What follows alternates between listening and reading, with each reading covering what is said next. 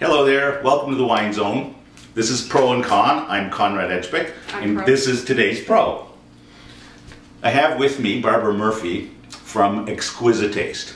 Barbara specializes in ciders. I don't know if you specialize in ciders, but today we're specializing in talking about ciders, and in particular, le Cidrerie St-Nicolas, which I've tasted about 4 times in the last couple of years. I love it with pork chops. I love it with anything that has to do with bacon. You can just dip bacon right in as a, oh, fantastic, try that. And anyways, I want to talk to you for a couple of minutes, Barbara, about cider.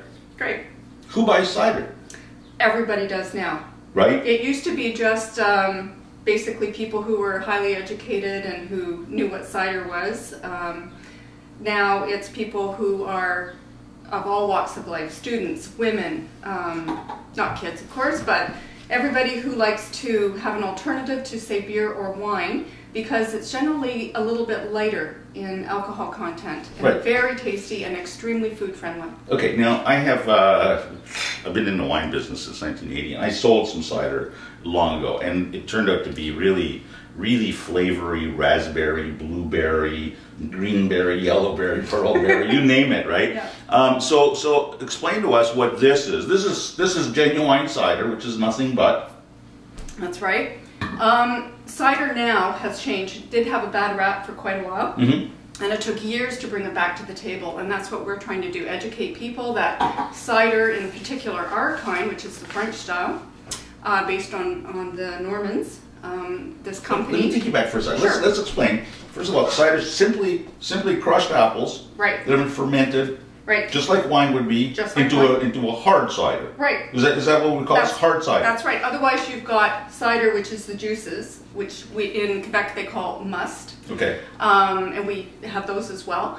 But the hard cider comes in many different ways. Ours are started with the champagne yeast, and we have still sparkling. Before we get too technical, I want to keep it on a simple level for a second. So cider is simply made from crushed apples, fermented, and the bubbles have been retained. That's right. Right, as opposed to let go. Right. Now you talked about types of cider, because cider can be natural or it can be flavored with fruits or whatever else. But you talked about for a moment English and French ciders. Right. So define briefly what's the difference between a French cider and an English cider. Okay, that's an excellent question. Essentially, the French, which we do, are, as I was starting to say, champagne yeast started and fermented this way, generally in steel vats, like we do, a closed cuvee method, as opposed to, say, the English or UK ciders, which tend to be more brewed like a beer.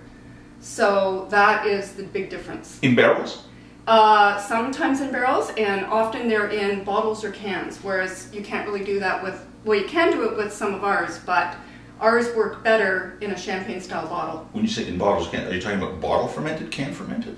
Can fermented. Can fermented, yeah, okay, excellent, okay. Yeah. And so tell me now about Cidrerie St-Nicolas, because it's not a French cider, it's a Quebec cider. It's a Quebec cider. Right, which but they are Franco. Franco, yeah. Right? You're not going to make an English style. No, they're Normandy descendants. We make the Anglo style, no? No. Okay. So they have a long tradition, and they do very traditional French style recipes based on their descendants. And this is one of the oldest orchards in North America, and they use Canadian apples. Nice blends, and yes, they do sometimes in one of our new products, for instance, the rosé that's about to come out in vintages, they use about 80% apples and 20% other fruits such as strawberry and raspberry, so you can add. Okay, but now to go back to what I had originally talked about flavored, those flavored ciders came in little pop bottles, and they had really flavored with essences. What you're talking about here is a genuine cider flavor with a fruit, which is technically a melomel. Technically, you're right. A melomel, okay? Yes, it's a little bit of a mix. Yeah, it's a cider blended with other fruit and made into a wine. So it's a melomel, and that's terrific. I haven't had this one yet, so I'm looking forward to it. I can't wait for your comments. Yeah. And the brut, yes, the brut is a lovely one too. 8.5%. 8.5%, and this one is? Yeah. 8.5. 8.5%. What? Now you have another one that's at 2.5%. 2.8, and that's the Crémant St-Nicolas sparkling. And is that available generally? Yes, in general list, and that's available all year at many LCBOs. But these will be out in vintages. Fantastic. Yeah, May 12th for the rosé, June 23rd for the brut. For the brut, okay. Yeah.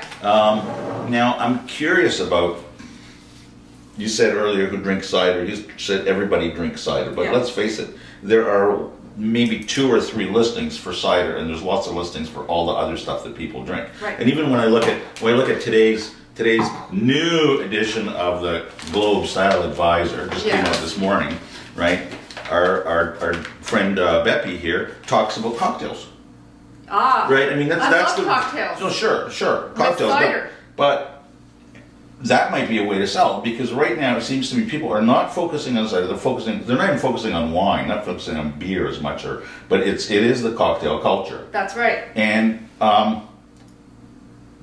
what kind of cocktails would you put the cider in? I'm glad you asked that, because at a lot of our tastings we hand out recipes and promotions that have to do with cocktails that you can do with cider, especially the Crémant, which is super versatile. I put Campari, that's my favorite. Okay. 2 to 1. Love that drink. I find it's a lovely balance of the sweet and the bitter. Yeah. Gorgeous color too, very festive for all times of year. So cranberry juice, vodka, anything basically, mango juice, rum. We've had a lot of people mix it with whiskey and pear juice in the winter. Very earthy drink by the fire. So it's just, it's unbelievable. I love the ideas. I mean, they all sound delicious. They are. I just have such a hard time what I consider destroying something that's already so pure and beautiful. I know, but once you get going with the different ideas, your imagination goes wild, and it's so much fun to do that. Now, I probably, having said that, would not mix the rosé in a cocktail. I think it is divine on its own. Yes. And you have color combination problems. You put something blue, it goes green or funny. Exactly, and I think it just wouldn't work, I don't think. But the brut I could see mixing, maybe for a mimosa, something like that if you really needed to. But again, the brut is something I like on its own. Okay, now let's talk about cider as being a fairy drink. Okay, or being perceived as a fairy drink. I mean, most men are afraid to drink cider. It's not like Englishmen or Frenchmen. We're talking about Canadian and North American men, with the exception, I think, of some on the wet coast, right, who are more open to cider. I think the rest of English Canada is still very, very narrow-minded about cider and thinks of it as a girly drink. Right. Are most of your consumers women? No, I'd say it's half and half now. Yeah? Yeah. So, I think that's changing, and I think they realize that these kind of bottles look elegant on a table, or you can take it away for the weekend, and it's presentable, and it's a gorgeous product. So it's very refined. It's not like something in a can. Yeah. This is different, and I think they're feeling like it's more like a bottle of wine in a way, or a champagne that they're getting. Yeah. So their mindset's changing as well. But that takes a lot of time, and you're up there with food pairing ideas, cocktails, and just getting the product out to the people. And we do have a lot of men that come up, and they would initially say, oh, I don't think so. It might be their girlfriend that, comes up to try it. They're just sold on it. Mm-hmm. And the flavor, the taste, palates are changing as people get older, and I mean, when I say older, when they're getting out of their teens, when they're drinking the cheaper stuff, that first 5-6 years where you're just tasting everything and discovering what you like. Exactly. It takes a while to know what you like. That's right. Well, that's an important thing, is if you are a young drinker and you are going out there and tasting everything, taste some cider, but taste some good cider, because there are pop ciders and then there are genuine ciders. And ciders, a cider like this one can be fantastic just to drink on its own. Oh, this is fabulous. I love it. But again, bacon lovers. You're gonna have to give it a go. Pork. I love it. I have it all the time with pork chops. Great with desserts. Great with cheeses. Wonderful with seafood. A favorite cheese? Oh, favorite cheese. Probably it's actually from Quebec. I like the Riepel with it. Okay. I also like the. We can get that here. Yes, we can. And there's a gorgeous one from the UK, which is a smoked applewood cheddar. I have heard of it. Yes, I've heard of it. That would the applewood would just put that's the catalyst, right? Yes, and a mignon. I cannot pronounce that one properly, but it's a beautiful one that I know the Cheese Boutique carries. Okay. And they're very great at pairing our ciders up too. Yeah. Thank you for coming by. Thank you for talking having about us. it. Yeah. Do you want to ting with the apple or with the glass? Ting with the glass naturally. Cheerio. Cheers. Salut. Thank you. I'm going to get my guest book and then say thank you to everyone. Thank you, and come back again to the Wine Zone. We'll have more guests and more interesting conversations.